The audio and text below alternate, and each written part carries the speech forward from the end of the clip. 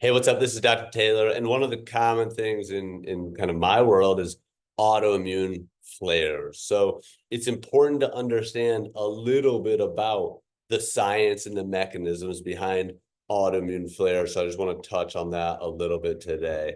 So here's what happens is this vicious cycle of what's called NF-kappa B. Now, anything that's inflammatory can turn on NF-kappa B. So over here, it could be a food antibody or a reaction. It could be sleep deprivation. It could be stress. That's really, really common. I see autoimmunity flare around stressful times. It could be, you went out, you drank too much. I mean, anything like that. Could be an environmental exposure, like you just got exposed to mold or something like that. But anything that's inflammatory, an injury or overtraining, I'll write one more, overtraining.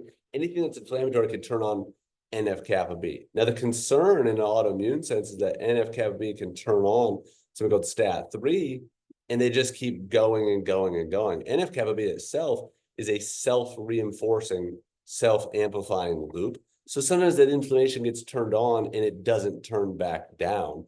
The cytokines that are released from both of these can just keep going and going and going. And then that can increase the number of Th17 cells and the cytokines released by that, like interleukin 17.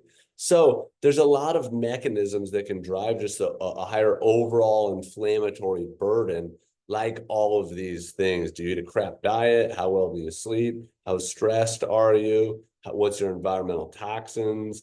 What's your training or overtraining or undertraining or drug or alcohol use, or all those things that are common to work through in a functional medicine setting. But when that fire flares up, this is my fire.